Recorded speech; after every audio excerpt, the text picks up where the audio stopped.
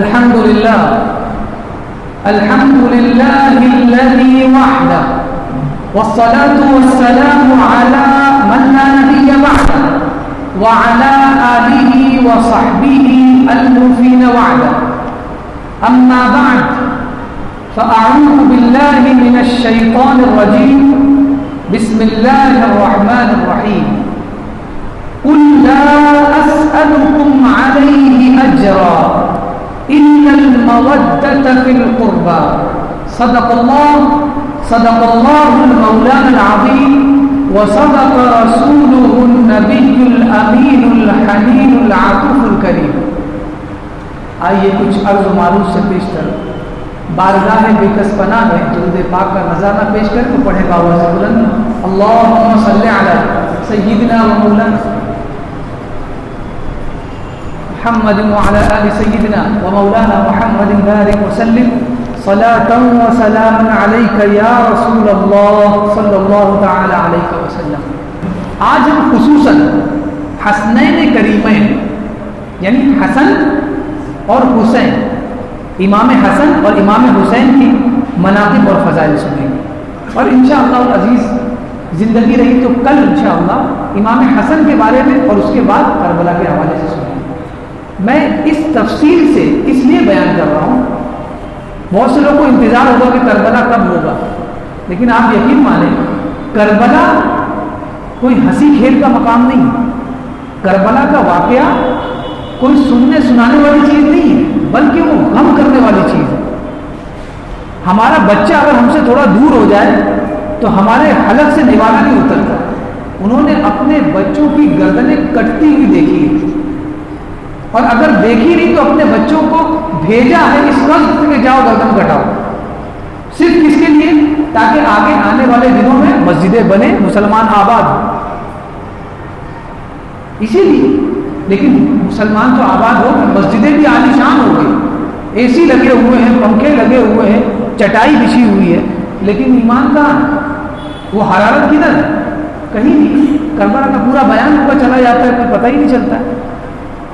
تو اسی لیے میں نے یہ تفصیل بیان کی تاکہ آپ کو پتہ چلے، جس دن شہادت کا بیان ہو، کہ آپ کو پتہ چلے کہ مولانا نے جو 3 دن بیان کیا تھا جن کے بارے میں، وہ کتنے عظیم لوگ تھے اور آج وہ شہید ہو رہے ہیں. بس اسی لیے میں نے اس کو تفصیل میں بیان کیا تاکہ ہمیں احساس تو ہو کہ جو شہید ہو رہے ہیں یہ کون لوگ تھے، ان کی زندگی سے ہمیں کیا کیا سیکھنے ملا. امام حسن اور امام حسین، ان دونوں میں سب سے بڑا کون تھا؟ امام حسن. اور امام حسین چھوٹے بھائی تھے. امام حسن کی پہلی پیدائش ہوئی اور آپ کا نام حسن رکھا گیا. اس کے بعد امام حسین کی پیدائش ہوئی، لہذا ان کی پیدائش کے اعتبار سے ہم ان کے مناقب کو سنیں گے. اور میں اپنی طرف سے کوئی چیز نہیں، جو احادیث ہے بس وہ میں آپ کو سنا دوں، جس سے آپ کو پتہ چل جائے گا کہ امام حسن اور امام حسین کا مقام کیا ہے. اور یقین مانیں 2 لفظ بھی تبصرہ کرنے کی ضرورت نہیں. حدیث میں اتنے اچھے انداز میں نبی پاک صلی اللہ علیہ وسلم نے بیان کیا ہے اور صحابہ نے روایت کیا ہے، کوئی 2 لفظ تبصرہ کرنے کی ضرورت نہیں. سب سے پہلے حدیث راوی فرماتے ہیں رأیت النبی والحسن بن علی علی عاتقی. راوی فرماتے ہیں کہ میں نے حضور کو دیکھا اور یہ دیکھا کہ حسن بن علی یعنی علی کے لڑکے حسن آپ کے کاندھے پر ہے. یقول، اور حضور فرما رہے ہیں اللہم انی احبک فاحبہ، اے اللہ میں اس سے محبت کرتا ہوں، حسن سے، اے اللہ تو بھی اس سے محبت فرما. یعنی میں محبت کرتا ہوں اور اللہ کی بارگاہ میں عرض کر رہے ہیں کہ اللہ تو بھی اس سے محبت فرما. یہ کتنا بڑا مقام ہوگا. حضور کی دعا کبھی بھی رد نہیں ہو سکتی. نبی ہے، مرسل ہے، معصوم ہے.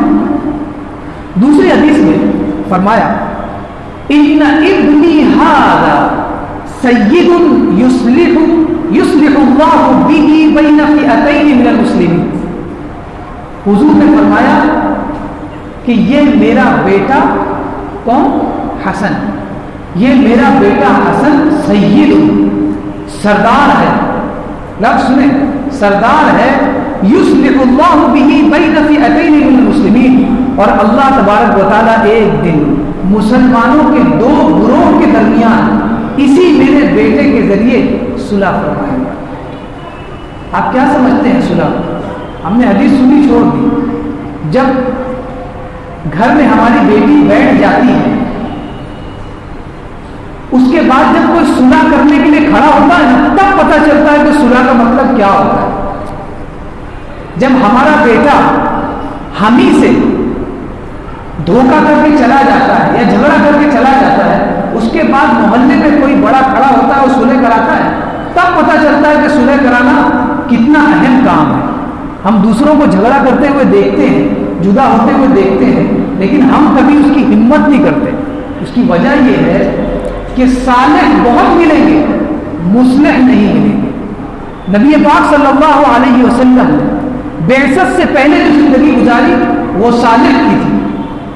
آپ نے اپنی دیانت دکھائی، امانت کا اظہار کیا، لوگوں کے سامنے بتایا کہ دیکھو میں کتنا امین ہوں۔ لوگوں نے کہا کہ محمد سے زیادہ امین اور صالح کوئی نہیں ہے۔ لیکن جیسے ہی بعثت ہوئی، اعلان نبوت آپ نے فرمایا، تو اس کے بعد کس کام کو شروع کیا؟ اصلاح، یعنی مصلح بن گئے اور لوگوں کو بتایا کہ جس کی تو تم عبادت کرتے ہو یہ جھوٹے معبود ہیں۔ اس کے بعد سے لوگوں نے کیا کہنے لگے؟ وہی محمد جو امین تھے اب مجنون ہو گئے، وہی محمد جو امین تھے وعدوں کے امین تھے، ہجرت میں جاتے وقت کفار کی امانت وہاں تک لوٹائی، اسی محمد کو لوگوں نے کہا کہ وہ تو شاعر مجنون، شاعر ہے، مجنون ہے، بیٹھا رہتا ہے وہاں پر پہاڑوں میں اور پتہ نہیں کہاں کی سن کر آتا ہے ہمیں بتاتا ہے۔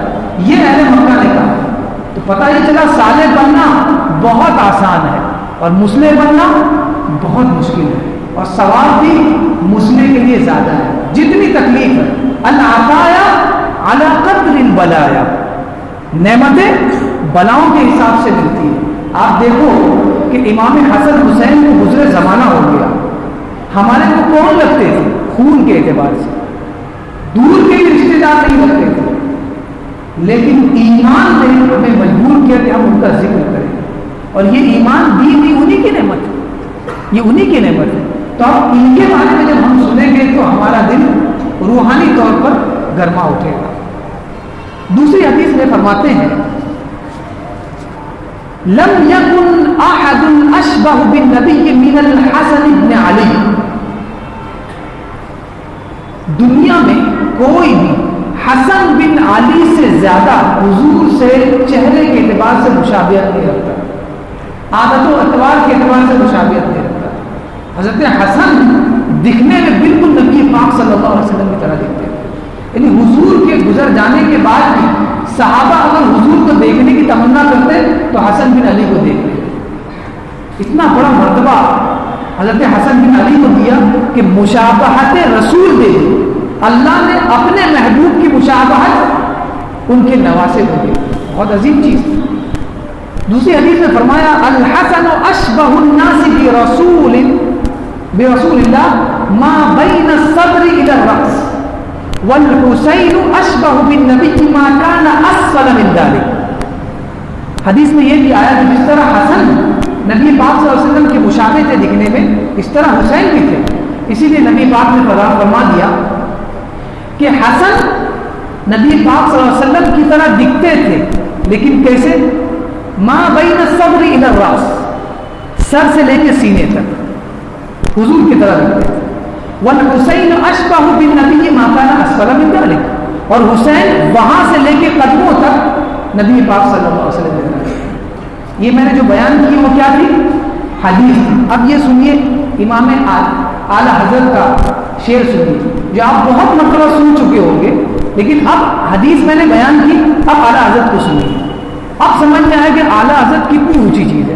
اعلیٰ حضرت فرماتے ہیں ایک سینے تک مشابہ، ایک وہاں سے پاؤں تک، حسن سبتین ان کے جاموں میں ہے نیما نور کا۔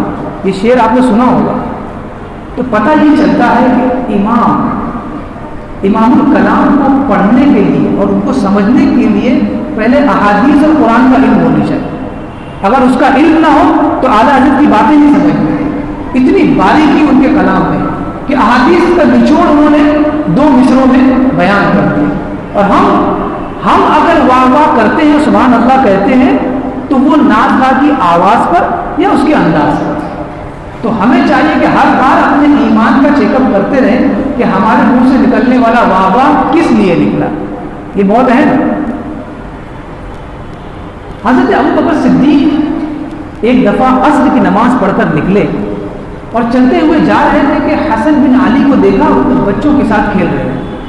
تو آپ نے محبت میں انہیں اٹھایا اور اپنے کاندھے پر بٹھایا اور انہیں غور سے دیکھتے ہوئے فرمایا، حضرت علی بھی وہاں کھڑے دیکھتے ہوئے فرمایا، میرا باپ قربان ہو کہ یہ تو بالکل اپنے نانا پر گیا ہے، اپنے باپ پر بالکل نہیں گیا۔ یعنی علی کی طرح حسن بالکل نہیں دکھتے، بلکہ اپنے نانا نبی پاک صلی اللہ علیہ وسلم کی طرح دکھتے ہیں۔ یہ سن کر حضرت علی بھی مسکرانے لگے، اور سیر نگار نے کہا ہے کہ حضرت فاطمہ رضی اللہ تعالی عنہ حضرت علی رضی اللہ تعالی عنہ کی زوجہ ہے۔ بیوی اور شوہر، ان کے درمیان تعلقات ہمیشہ مثبت نہیں ہوتے، کبھی کبھی ان کے تعلقات میں کھٹائی بھی پڑ جاتی ہے۔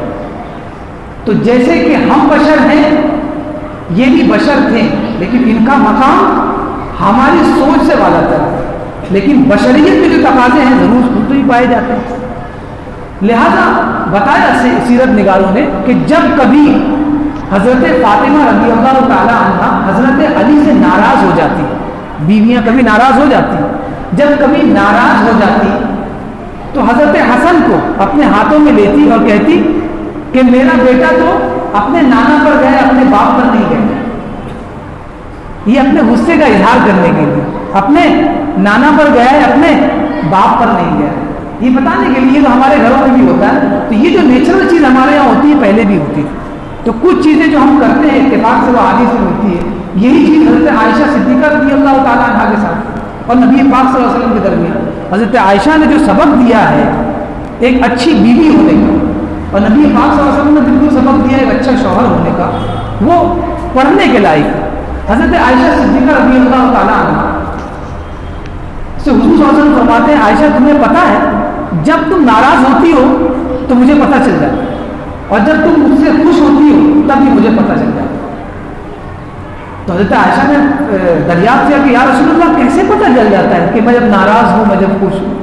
بولے جب تم ناراض ہو، جب خوش ہوتی ہو تو تم کہتی ہو لا ورب محمد، یعنی قسم ہے محمد کے رب کی، اور جب تم اس سے ناراض ہوتی ہو، اکڑی اکڑی رہتی ہو تو کہتی ہو لا ورب ابراہیم، قسم ہے ابراہیم کے رب کی۔ ابراہیم طرف اور محمد طرف کوئی الگ تھوڑی نا، لیکن نسبت الگ طرف کر دی۔ اور محبت کا یہ عالم تھا کہ محبت کے طور پر جب حضرت عائشہ، یہ ہم صرف اس تلخی کو نہ دیکھیں، محبت کو بھی دیکھیں اور اس کو اپنی زندگی میں لیں۔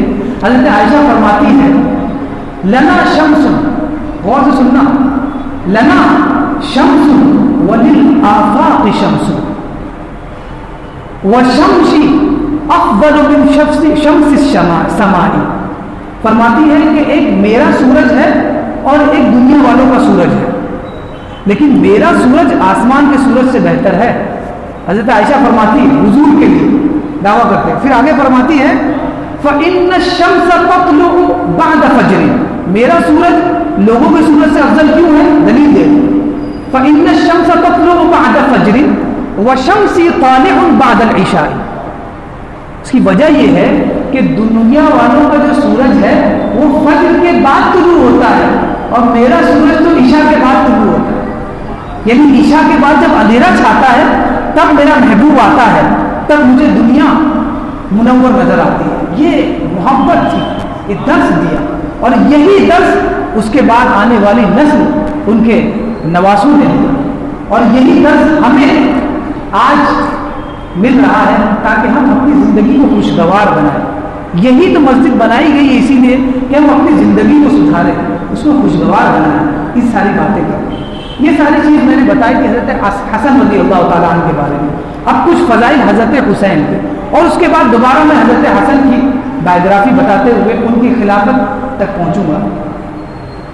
حضرت ابو ہریرہ رضی اللہ تعالیٰ عنہ فرماتے ہیں حضرت حسین کے بارے میں، رأیت رسول اللہ یمس لعاب الحسن والحسین کما یمس الرجل التمر.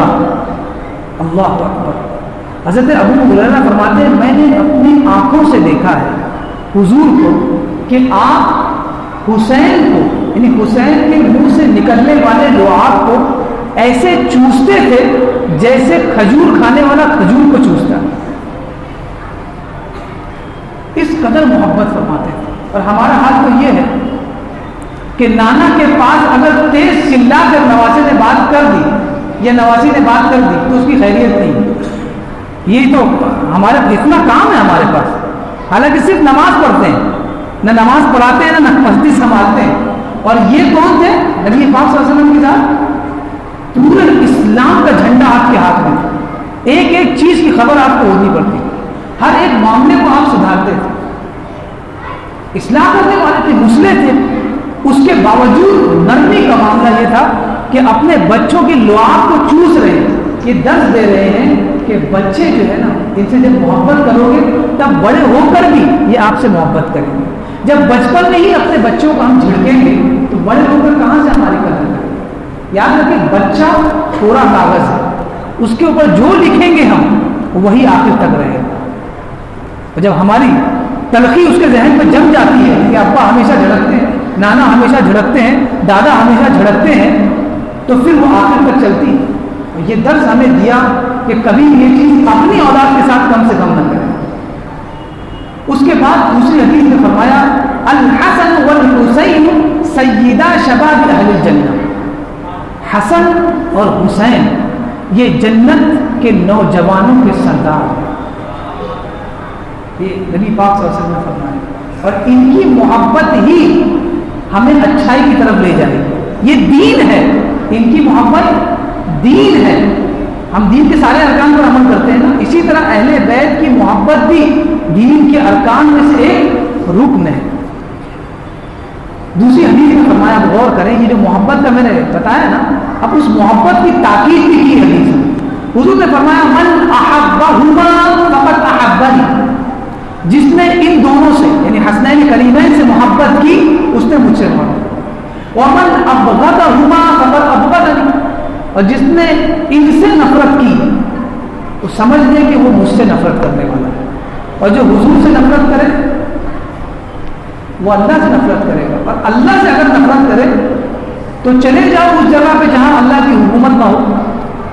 ہے زمین پر کئی جگہ ایسی جہاں اللہ کی حکومت نہ ہو. تو یاد رکھیں اہل بیت کی دشمنی انڈائریکٹلی اللہ تبارک و تعالیٰ کی دشمنی. اور ان سے محبت میں ہم دنیا میں بھی سکون سے رہیں گے اور آخرت میں بھی سکون سے رہیں گے. فرماتے ہیں اللہم انی احبہما فاحبہما. حضور فرماتے ہیں اے اللہ, اللہ سے عرض کر رہے ہیں اے اللہ میں ان دونوں سے محبت کرتا ہوں, حسنین کریمین سے. فاحبہما, اے اللہ تو بھی ان دونوں سے محبت فرما. اللہ کی محبت ہے, ان کی محبت ہے. اور فرمایا وَأَحَبَّ مَن يُحِبُّهُمَا. اب ہمارا حصہ آ گیا. اور فرمایا اے اللہ تو ان سے بھی محبت فرما جو ان دونوں سے محبت کرتے ہیں. جو میں نے ابھی بات کی حدیث میں وہ چیز کا ذکر ہے, بہت عظیم چیز. اس کے بعد فرمایا حضرت فاطمہ رضی اللہ تعالیٰ عنہ حضرت علی کے زوجہ محترمہ نبی پاک صلی اللہ علیہ وسلم کی بارگاہ میں حسنین کریمین کو ایک مرتبہ لے کر آتی ہے. اور لانے کے بعد حضور کے سامنے بیٹھا دیتی ہے اور کہتی ہے یا رسول اللہ اپنے ان دونوں بچوں کے لیے کچھ عطا فرمائیں, اپنے ان دونوں بچوں کو کچھ عطا فرمائیں. یہ سننے کے بعد شاید ہمارا ذہن چونکہ دنیاوی ہے نا تو ہمارے دماغ میں فوراً کیا آتی ہے؟ پراپرٹی, بینک بیلنس, حصہ, یہ سب آتا ہے. لیکن یہ طریقہ بتایا فاطمہ الزہرا نے کہ اپنے بچوں کو اپنے دادا کے پاس بیٹھا کر کیا مانگنا چاہیے, اپنے نانا کے پاس بیٹھا کر کیا مانگنا چاہیے, اپنے بڑوں بزرگوں کے پاس بیٹھا کر کیا مانگنا چاہیے. کیا مانگا حضرت فاطمہ نے؟ حضرت فاطمہ نے فرمایا کہ ابا انہیں کچھ وراثت میں دے دو. حضور نے کیا فرمایا؟ حضور نے کیا دیا؟ حضور نے فرمایا اما حسن, حسن کی بات جہاں تک ہے فإن له ہیبتی و سعددی, تو حسن کے لیے میرا جلال ہے اور میری سرداری ہے. وَأَمَّا حُسَيْن فإن له جرأتی وجودی، اور حسین کے لیے میری جرأت اور میری سخاوت، یہ دیا نانا نے، یہ سبق دیا کہ ہر ماں کو اپنے بچوں کے نانا اور اپنے بچوں کے دادا سے ان کی اچھی خصلتوں کو مانگنا چاہیے.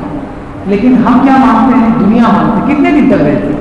وہی دنیا آگے جا کے ہمارے نوازے یا ہمارے پوتوں کی جان کی دشمن بن جاتی ہے. میں یہ نہیں کہہ رہا ہوں کہ پراپرٹی بنانا چھوڑ دیں، بنائیں، خوب بنائیں، لیکن اس کے ساتھ ساتھ اسلام کی تعلیم بھی دیں. یہ سیدہ زہرا کا جو سیدہ زہرا نے جو پیغام کیا اس پیغام کو بھی اپنی نسلوں تک پہنچایا، ورنہ صرف پراپرٹی رہ جائے گی اور جھگڑے رہ جائیں گے، امن کبھی نہیں رہے گا، کبھی امن باقی نہیں رہے گا. اسلام نیچر ہے، نیچر.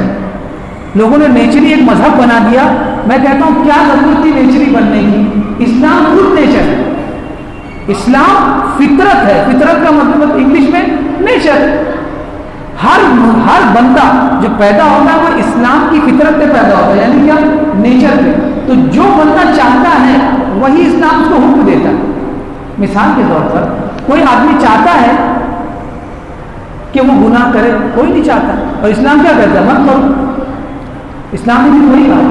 جو زنا کرتا ہے زنا کرنے کے بعد، چوری کرتا ہے چوری کرنے کے بعد افسوس کرتا ہے، اسلام نے آ کر چیک کرے کہ اسلام کا حکم کیا ہے اس کے بارے میں، تو یہی پتہ چلتا ہے اسلام نے کہا ہے کہ چوری مت کرو، زنا مت کرو. آپ اپنی فطرت کے برخلاف کرتے ہو تو پریشان ہو. اگر فطرت پہ رہو گے تو فاطر السماوات والارض ہمیشہ خوش رکھے گا.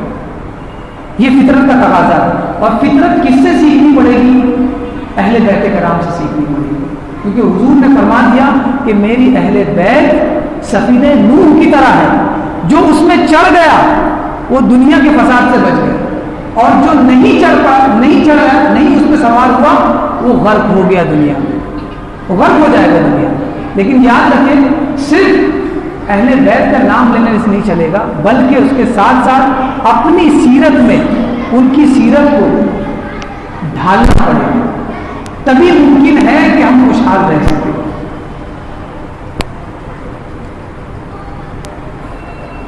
اب آتے ہیں حضرت حسن رضی اللہ تعالی عنہ کی خلافت کی طرف. حضرت حسن اور حسین کی فضیلت ہم نے ابھی سنی. حضرت امام حسن رضی اللہ تعالی عنہ حضرت امام علی رضی اللہ تعالی عنہ کے انتقال اور شہادت کے بعد خلیفہ چن لیے گئے. یعنی کوفہ کے 40,000 لوگوں نے آپ کے ہاتھ پر بیعت فرمائی اور آپ کو خلیفۃ المسلمین مان لیا. بیعت کا مطلب یہی ہوتا ہے. خلیفۃ المسلمین ماننے کے بعد 6 ماہ تک، یعنی 6 مہینے تک، ٹل 6 months آپ خلیفۃ المسلمین رہے اور آپ نے خلافت کو بحسن و خوبی انجام دیا. لیکن 6 مہینے کے بعد حضرت امیر معاویہ رضی اللہ تعالی عنہ شام سے حضرت حسن رضی اللہ تعالی عنہ کی طرف آئے. ان کے آنے کے بعد حضرت حسن رضی اللہ تعالی عنہ نے حضرت امیر معاویہ کو خلافت سونپ دی اور اس شرط پر سونپی کہ میری 3 شرطیں. ان میں سے سب سے پہلی شرط یہ ہے کہ جہاں جہاں کی میری خلافت، یعنی جہاں جہاں میری خلافت کے اثرات تھے ان میں مدینہ ہے، یعنی مدینہ اور مکہ، یعنی حجاز ہو گئے، اور عراق جو بعد میں عرب کنٹری میں آیا.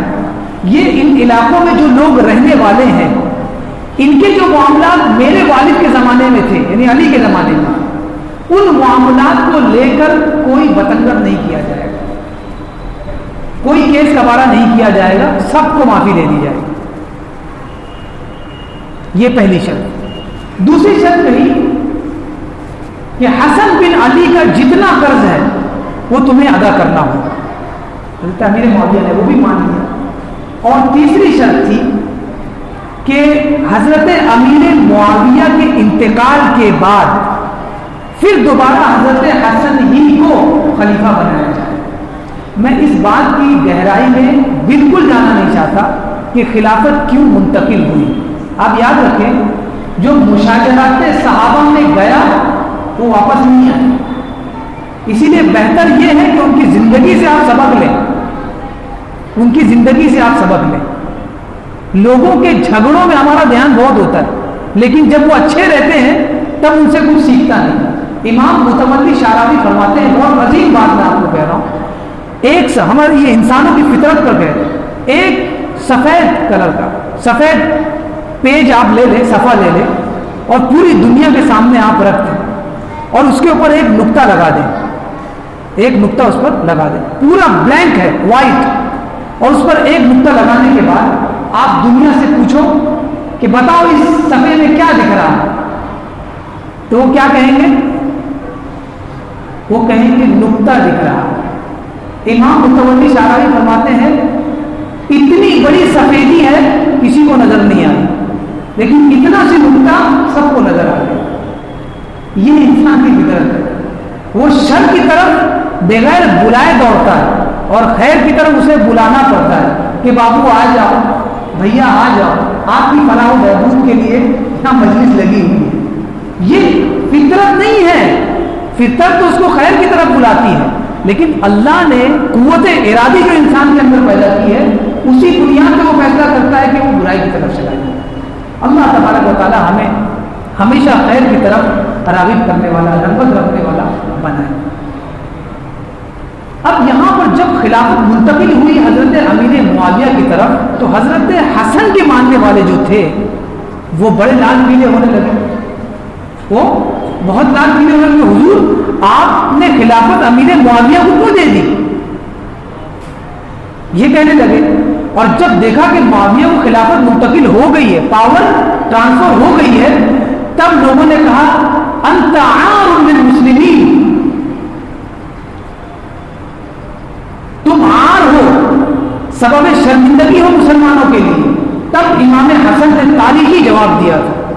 انہوں نے کیا کہا تھا؟ عار للمسلمین. امام نے جواب دیا تھا العار خیر من النار, یہ شرمندگی جہنم کی آگ سے بہتر ہے. وہ خلافت جس کے لیے جنگ کرنی پڑے, جس کے لیے لوگوں کا خون بہانا پڑے, اس خلافت کی مجھے ضرورت نہیں, اس خلافت کی مجھے ضرورت نہیں. اگر اس خلافت سے دستبرداری کی بنیاد پر لوگوں کا خون بہنے سے بچ جاتا ہے, لوگ محفوظ ہو جاتے ہیں, تو اس خلافت کو میری طرف سے الوداع, لے جاؤ جسے چاہیے. یہ تھی صحابت جو نبی پاک صلی اللہ علیہ وسلم کے حصے سے آپ دونوں کو ملی تھی. اس کے بعد بھی کچھ دن گزرنے کے بعد ایک شخص امام کی بارگاہ میں آیا اور کہنے لگا حضور مجھے ایسا لگتا ہے کہ آپ دوبارہ خلافت کو لینا چاہتے ہیں, یعنی دوبارہ خلافت کے خواستگار ہیں. تب آپ نے کہا اس وقت جب میں خلافت کی مسند پہ جلوہ افروز تھا تو مسلمانوں کے سر میرے انڈر میں تھے, میں جہاں چاہتا مسلمانوں کو لڑوا دیتا, میں جہاں حکم دیتا وہ جاتے, وہ میرے لیے اپنی جانیں گنوا دیتے. لیکن میں نے اس وقت جب ساری گردنیں میرے ہاتھ میں تھی, اس وقت میں نے خلافت کو چھوڑا اور رضائے الہی کو اپنے حصے میں لیا. آج صرف لوگوں کے لیے رضائے الہی کو چھوڑ دوں اور لوگوں کی گردنیں مارنا شروع کر دوں, یہ مجھ سے نہیں ہو سکتا. یہ امام حسن کا جواب تھا, اور جو خلافت دے دی اسے دوبارہ آپ نے نہیں لی. امام حسن کی شہادت کا جو واقعہ ہے, میں نے کتابیں کئی ساری پڑھی, لیکن میں کوشش کرتا ہوں کہ بہت آتھینٹک بات اور باحوالہ بات ہو, کم ہو لیکن آتھینٹک ہو. دنیا میں تو پکڑ ہوگی ہی, آخرت میں بھی پکڑ ہوگی. لہذا جنہوں نے اپنی تاریخ کے حوالے سے اقوال احادیث کی صورت میں دیے ہیں, کیوں نہ اسے ہی بیان کریں اور اکتفا کریں. صرف جوش اور ولولہ ضروری ہے, کربلا کے بیان میں. آپ کی شہادت کا جو واقعہ تھا یہ مشہور ہے اور یہ حقیقت بھی ہے کہ آپ کو زہر دیا گیا. آپ کی شہادت جو ہے زہر دینے سے ہوئی, اور اس بارے میں اختلاف ہے کہ زہر دیا کس نے تھا. کسی نے کہا کہ آپ کو زہر دینے والی آپ کی بیوی تھی, کسی نے کہا کہ کسی اور دشمن نے زہر دیا تھا. لیکن جو حقیقت ہے وہ امام حسن سے پتہ چلے گی. سیرت نگاروں نے کہا کہ امام حسن رضی اللہ تعالیٰ عنہ کو ایک مرتبہ زہر نہیں دیا بلکہ کئی مرتبہ زہر دیا گیا، لیکن اس زہر کا اثر ختم ہو جاتا تھا۔ یہ اللہ تبارک و تعالیٰ کا احسان کا ہوتا، لیکن آخر میں یہ بتایا گیا آتھینٹک بک میں کہ جو ہیرے کی کنی آتی ہے ٹکڑا، اس ہیرے کی کنی کو ملا کر ان کو کھلا دیا گیا، اور جب وہ ان کے پیٹ میں گئی تو آنتوں کو پھیپڑوں کو اس نے کاٹ دیا، جس کی بنیاد پر آپ کچھ دن تک زندہ رہے اور اس کے بعد آپ کا انتقال ہو گیا۔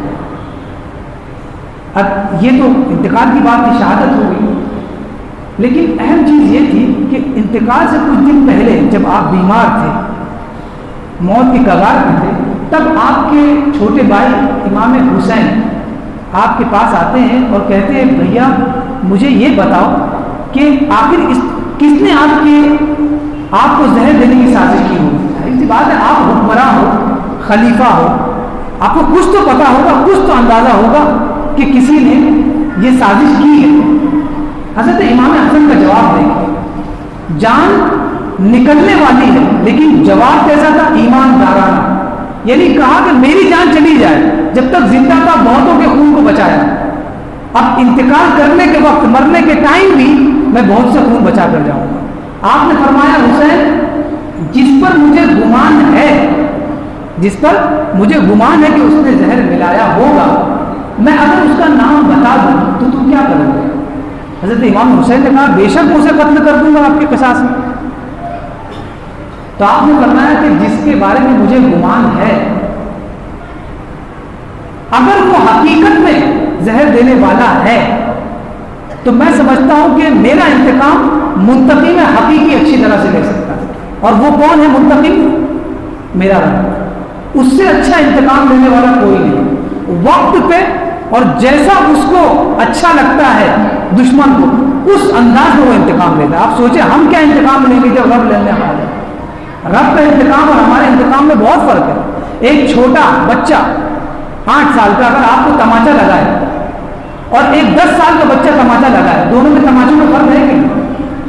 چھوٹے بچے کا پتہ ہی نہیں چلتا، اور اگر 12 سال کا اور 18 سال کا جوان لگائے تو محسوس ہوتا ہے۔ اسی طرح انتقام انسان کا اور انتقام رب تبارک و تعالیٰ کا، زمین آسمان کا فرق۔ ہم لے لیتے ہیں، اپنی آنکھ بجھا لیتے ہیں، لیکن جب اللہ لے گا تو تمہاری آنکھ بھی بجھے گی اور تمہیں ثواب بھی ملے گا۔ کس کا؟ صبر کا۔ میں نے فرمایا کہ اگر میرا جس پر مجھے گمان ہے کہ اسی نے کیا ہوگا، اگر حقیقت میں اس نے کیا ہے تو میں اسے اللہ کے حوالے کرتا ہوں، اور اگر جس کے بارے میں مجھے گمان ہے کہ اس نے زہر ملایا ہے، اگر اس نے نہیں کیا ہے حقیقت میں، تو میں کسی بے گناہ کا خون نہیں بہانا چاہتا۔ اتنا بڑا درس، بستر مرگ پر ہے لیکن لوگوں کا خیال اتنا ہے۔ ہم تو شک کی بنیاد پر، صرف شک کی بنیاد پر خاندانوں سے رشتہ توڑ دیتے، شک کی بنیاد پر۔ اسی لیے فرمایا جا مومنین کے خلاف بدگمانی مت کرو، اور میں سمجھتا ہوں کہ مسلمان کیوں کسی کے بارے میں بدگمانی کرے گا؟ مسلمان کے بارے میں بدگمانی کرتا ہے، اور یہ بدگمانی اس قدر بڑھتی جا رہی ہے، یاد رکھیں پورا معاشرہ خراب ہو رہا ہے، پورا معاشرہ خراب ہو رہا ہے۔ بس کسی کو کچھ دیکھا بدگمانی کرنا شروع کر دیا، اور اس کا نتیجہ خود اخذ کرنے لگے اور اس کی سزا بھی خود بنانے لگے۔ اس طرح سے معاشرے میں ہم ایک دوسرے سے دور ہونے لگے، کبھی خوش فہمی کا سوچا ہی نہیں، ہمیشہ تعلقات خراب ہونے کی وجہ شک ہے۔ میاں بیوی کے درمیان جو جھگڑے چل رہے ہیں شک کی بنیاد پر چل رہے ہیں، والدین کے درمیان جو آپس میں جھگڑے چل رہے ہیں شک کی بنیاد پر چل رہے ہیں، پورا خاندان ختم ہو جاتا ہے صرف اور صرف شک کی بنیاد پر، گمان کی بنیاد پر۔ یہ گمان کو آپ نے سمجھا کیا ہے؟ یقین بہت طاقت رکھتا ہے اور گمان کچھ طاقت نہیں رکھتا ہے، لیکن میں بتا دوں معاشرے کو ختم کرنے کے لیے چھوٹا سی گمان کافی ہے۔ لوگ کہتے ہیں کہ یقین میں طاقت ہوتی ہے، شک میں کوئی طاقت نہیں ہوتی۔ شک جو ہے یقین کو ختم نہیں کر سکتا۔ میں کہتا ہوں وہ شک جو ہے پوری نسلوں کو ختم کر رہا ہے۔ صرف شک اور گمان، صرف شک کی بنیاد پر ہم فیصلے کر رہے ہیں، شک کی بنیاد پر لوگوں کو جیل بھیج رہے ہیں، شک کی بنیاد پر لوگوں کو گالیاں دے رہے ہیں۔ لیکن یہی امام نے ہمیں درس دیا کہ جان چلی جائے جانے دو، لیکن کسی کی ناحق جان کبھی مت لے۔ اس لیے کہ اللہ تبارک و تعالیٰ نے خود حدیث قدسی میں فرمایا ایک مسلمان کی جان ناحق اگر کسی نے لی تو میرے نزدیک ایک مسلمان کی جان پورے دنیا کے مسلمانوں کی جان سے زیادہ ہے۔ پوری دنیا کے مسلمان کو مار دیا جائے اور ایک جگہ پہ ایک مسلمان کا خون ہو، اس قدر اہم بتایا اللہ تبارک و تعالیٰ۔ آج خون سستا ہو گیا ہے، مسلمانوں کا خون سستا ہو گیا ہے، غیروں کا سب کا خون تو سستا ہی ہو گیا ہے۔ کون بچا ہے روئے زمین پر؟ ہر آدمی اپنے مفاد کے لیے دوسروں کو مار رہا ہے۔ یہ تو ہماری خوش قسمتی ہے کہ ہمارے حصے میں اسلام آیا، اسلام کے ساتھ ایمان آیا، ایمان کے ساتھ نبی آئے، اور نبی کے ساتھ ان کی اہل بیت آئی، اور ان کے اہل بیت کے درس دینے والے علماء، تابعین، صحابیہ۔ یہ ہماری خوش قسمتی ہے، لیکن یہ اسی وقت ہے جب ہمیں اس کا خیال ہو کہ ہماری خوش قسمتی ہے۔ اگر احساس نہیں ہے، اگر احساس نہیں ہے تو وہ چیز کبھی خوش قسمتی میں نہیں بدل سکتی۔ اللہ تبارک و تعالیٰ کی بارگاہ میں دعا ہے کہ ہمیں سچ کہنے اور سچ سننے کی توفیق عطا فرمائے، اور ہمیں کہنے سننے سے زیادہ اس پر عمل کی توفیق عطا فرمائے۔ وما علینا الا البلاغ۔